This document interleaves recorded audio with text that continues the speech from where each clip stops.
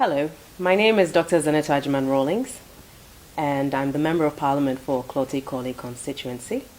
I also happen to be the first daughter of His Excellency Flight Lieutenant Jerry John Rawlings and Her Excellency Nana Kunedu Ajiman Rawlings. I'm the first of 4 children. My siblings are Ya Santua, Amina, and Kimathi. And by God's grace, I also happen to have given my parents 3 grandchildren as their reward for not killing me, for being such a troublesome child. As children, we didn't grow up in the castle, so we had to see my dad sometimes on the weekends and maybe sometimes in the middle of the week. And this was because they wanted us to remain grounded and not feel detached from having a normal life. It also meant that we didn't see our dad every day, but we got used to it, and it just seemed normal anyway.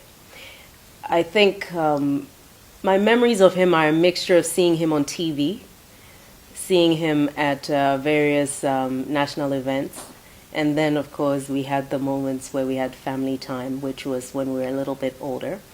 And my dad has quite a wicked sense of humor. He just loved to pull pranks on people. And I suppose one of the other memories I had was when he first taught me how to fly. And interestingly enough, he's very, very precise and he's very exacting. So he would ask me to land in a specific spot. And if I couldn't, he'd make me fly around again and land again. And I remember on the day that he decided it was time for me to fly solo, as we came into land, as we were on finals, he said I should pretend like he had passed out in the plane and land the plane without him. And I was very offended by that at the time, I remember, because I thought it was bad luck to say things like that.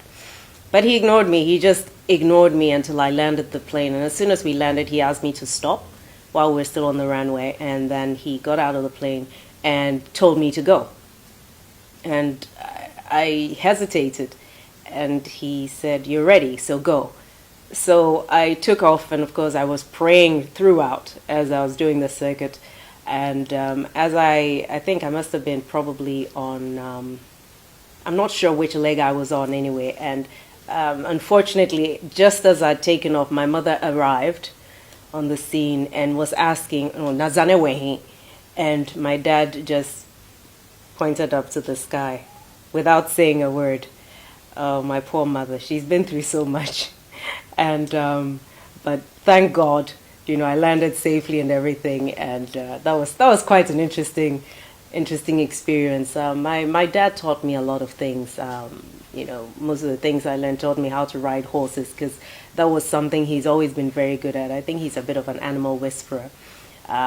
In the village, he has managed to get his dogs to be friendly with the cats and the birds, the peacocks and the geese, all sorts of creatures, including rabbits, and they seem to get along just fine. And it's the most phenomenal thing to see, because it's not very normal for you to see a dog not attacking a bird in the vicinity, and the animals just get along really well. And I think it speaks to his nature, which is, people only see a certain aspect of him, and when you actually see the way he's able to create a certain atmosphere of harmony around him, it's something that it's quite special, and it's special.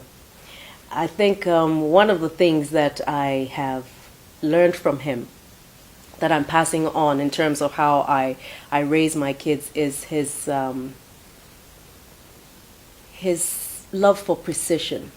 And he just does not like the idea of seeing something going wrong and leaving it as it. He didn't sugarcoat his words, but he's always had a good sense of humor. And I certainly hope that I'm managing to impart some of the things that I learned to my children. And one of the things I remember whenever we would drive out of Accra with my dad, especially on the way back if it was late, was whenever he saw there were elderly ladies or women who were on their own looking for transport to Accra, he always made sure we picked them up, whether in our vehicle or in addition with the escort vehicle as well.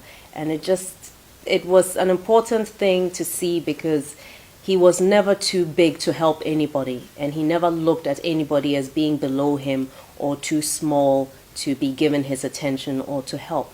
And these are some of the values that we picked up from him, teaching us to be grounded, to be compassionate, and to regard everybody as our equal and not to look down on other people. I remember that my dad also taught Zanetor and myself how to ride a bicycle. There was one morning when he was going back to the castle, and as he stepped out of the house, we went to see him off. He looked at the bicycle with the trainer wheels on either side, and he asked his guards to undo the wheels, and he was determined to teach us how to ride that morning. And so we got onto the bike, and he pushed the bike all the way to the front gate. And I remember, I think, did I almost fall or did I fall? And then on the second go, he pushed it and he said, just focus. I'm not going to let go. Just focus and just keep riding. And he did let go, but I kept my focus and I didn't fall off. And that was it. That was how he taught us how to ride a bicycle.